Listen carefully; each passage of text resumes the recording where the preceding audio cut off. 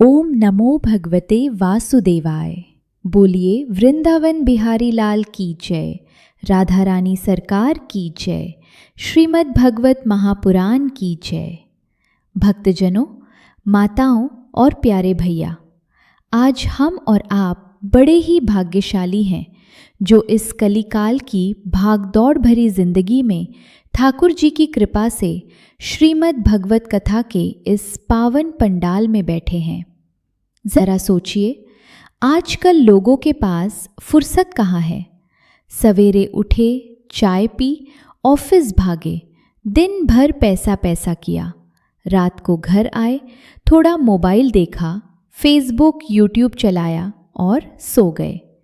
यही तो है आज का डेली रूटीन। हाँ, इंसान मशीन बन गया है भैया।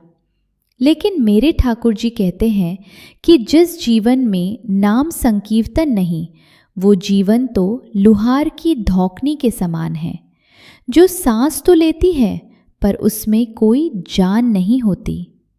तो आइए कथा के इस पावन रस में गोता लगाने से पहले अपने मन को वृंदावन की गलियों में ले चलें और ठाकुर जी को पुकारें। सब लोग दोनों हाथ उठाकर तालियों की सेवा देते हुए गाएंगे,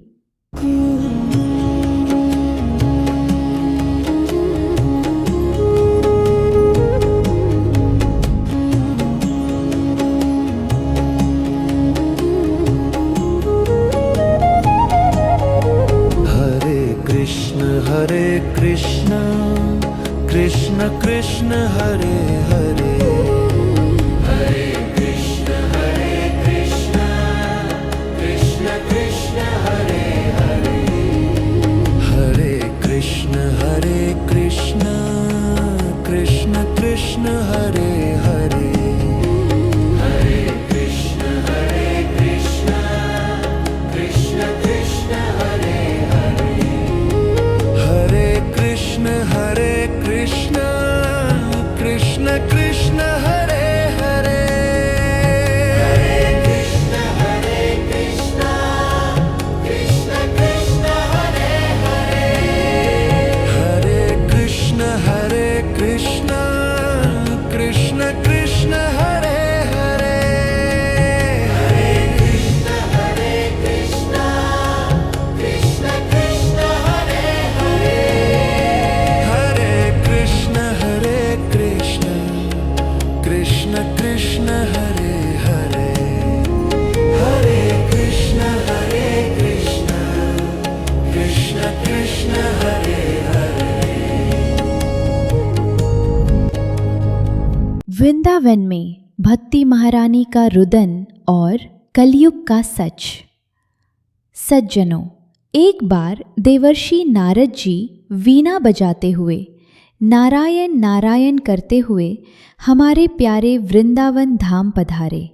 नारद जी क्या देखते हैं कि यमुना किनारे एक अत्यंत सुंदर युवती बैठी जोर जोर से विलाप कर रही है, रो रही है।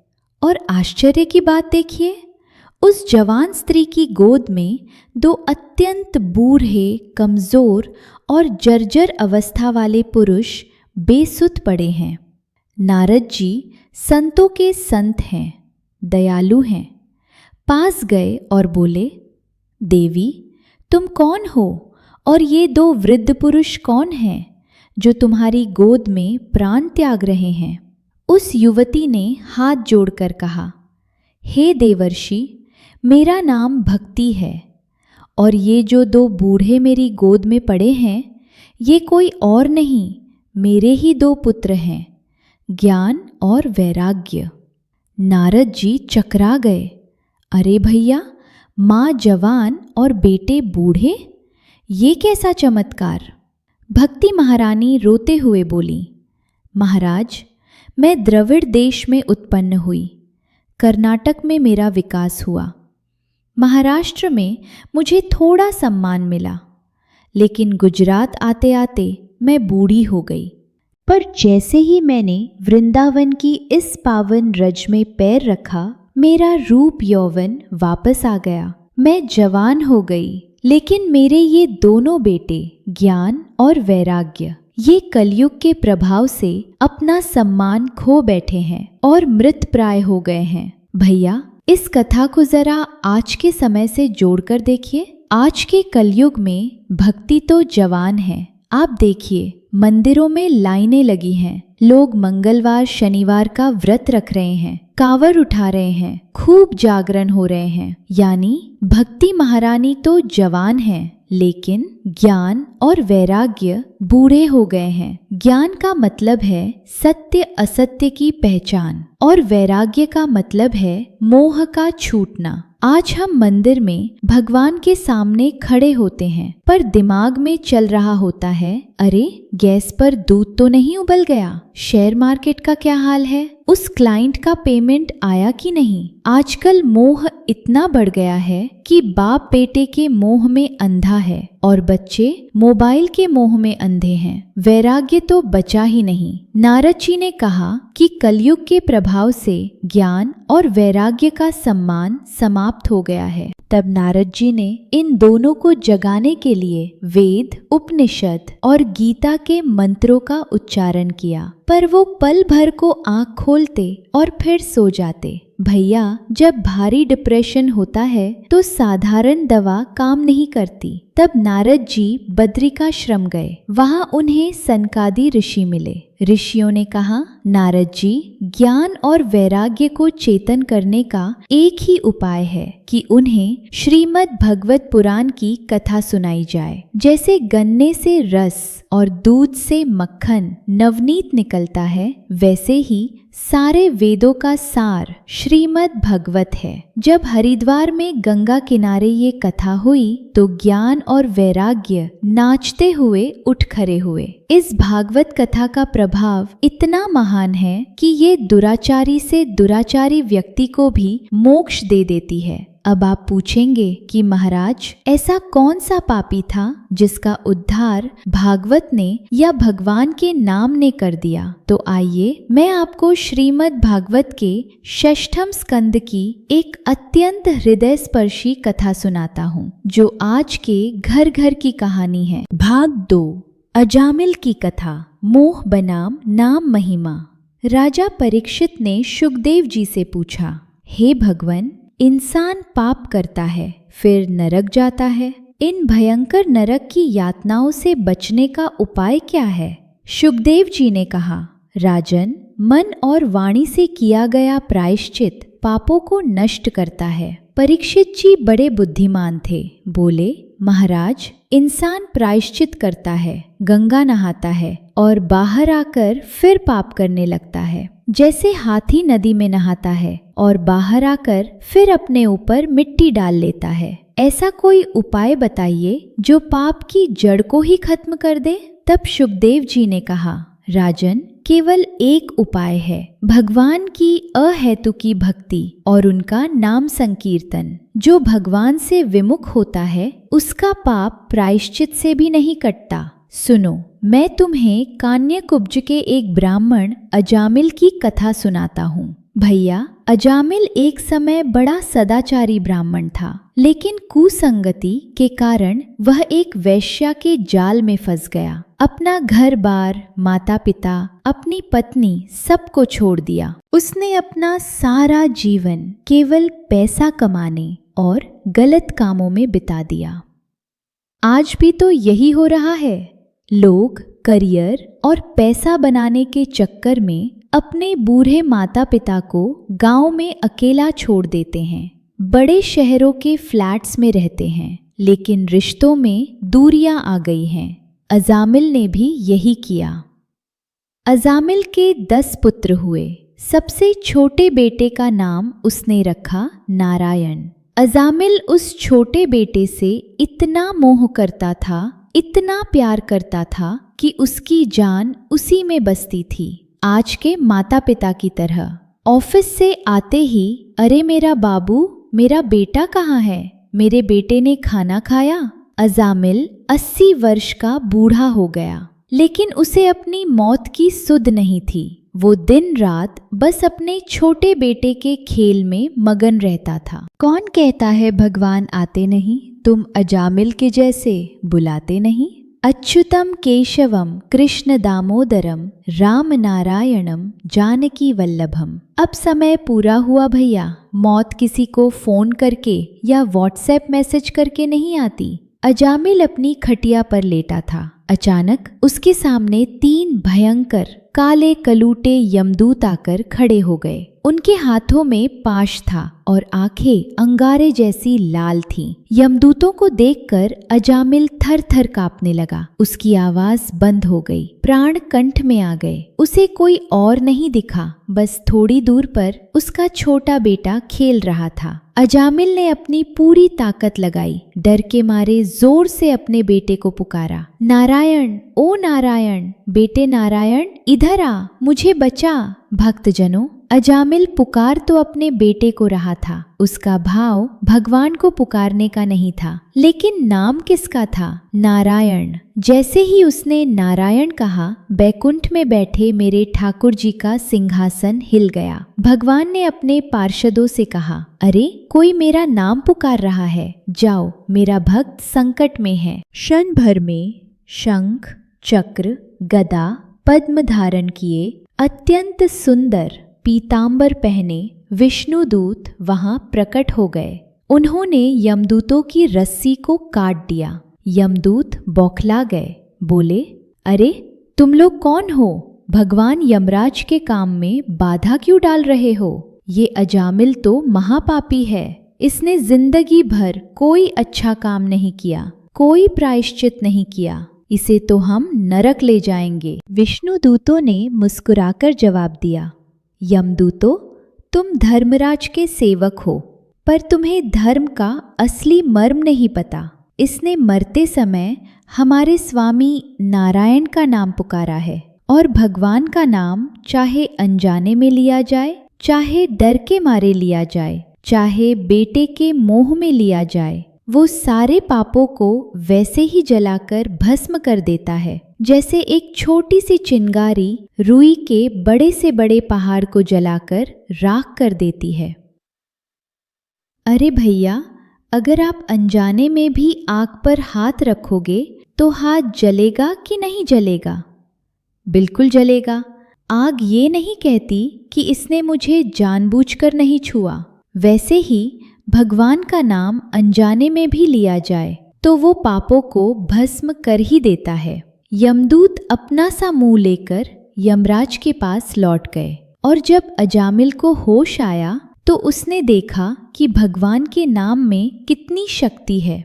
जो जीवन भर पाप करता रहा, एक नारायण नाम ने उसे मौत के फंदे से बचा लिया। अजामिल का हृदय परिवर्तन हो गया। वो तुरंत सब कुछ छोड़कर हरिद्वार चला गया, भगवान की भक्ति में लग गया, और अंत में उसे भगवान का परम धाम प्राप्त हुआ। भाग 3, कथा का मर्म और हमारे दैनिक जीवन के लिए सीख। सज्जनों, इस कथा का सार क्या है?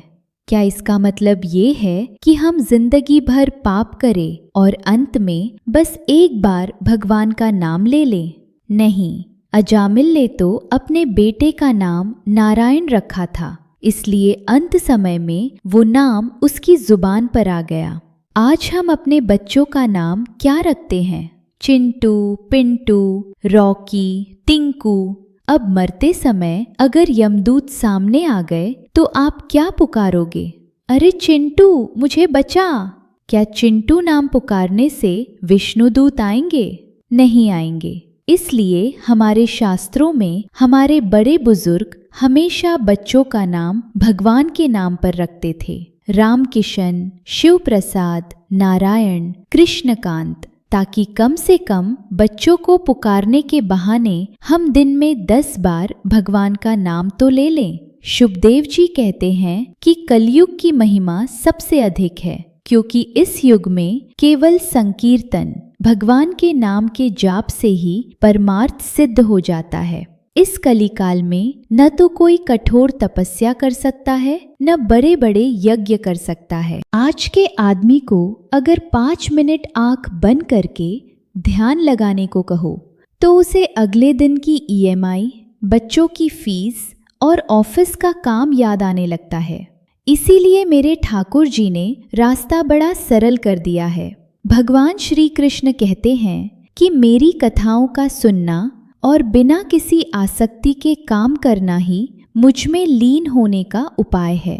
आप अपना व्यापार कीजिए, अपनी गृहस्थी चलाइए, बच्चों को पढ़ाइए, ये आपका धर्म है।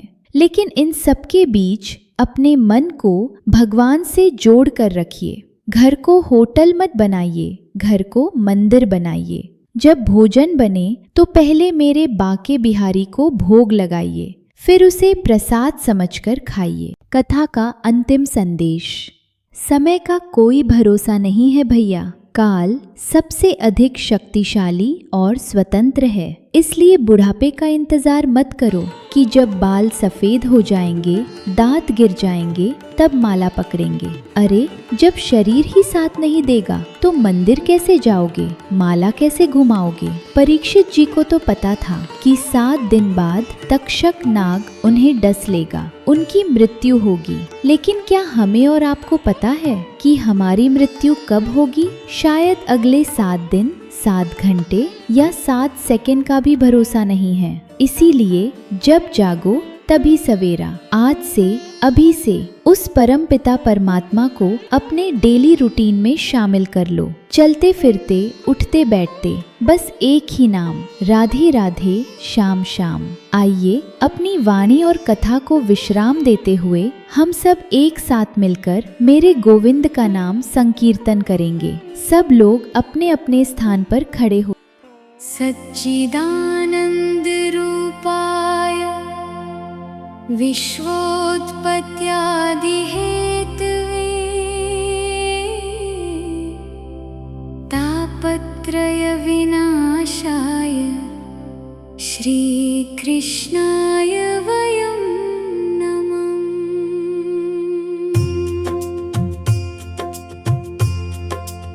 श्रीकृष्ण गोविंद हरे मुरारी, हे नाथ नारायण वासुदेवा, हे नाथ नारायण वासुदेवा। पितु मात स्वामी सखा हमारे, हे नाथ नारायण वासुदेवा, हे नाथ नारायण वासुदेवा। श्री कृष्ण गोविंद हरे मुरारी, बंदी गृह के तुम अवतारी, कहीं जन्मे कहीं पले मुरारी। किसी के जाए किसी के कहाए, है अद्भुत हर बात तिहारी, है अद्भुत हर बात तिहारी। गोकुल में चमके मथुरा के तारे, हे नाथ नारायण वासुदेवा।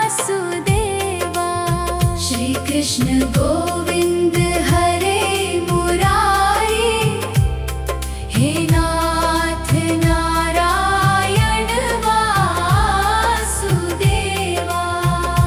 पितु मात स्वामी सखा हमारे, हे नाथ नारायण वासुदेवा। अधर पे बंशी हृदय में राधे, बट गए दोनों में आधे आधे। हे राधा नागर, हे भक्त वत्सल, सदैव भक्तों के काम साधे, सदैव भक्तों के काम साधे। वही गए जहाँ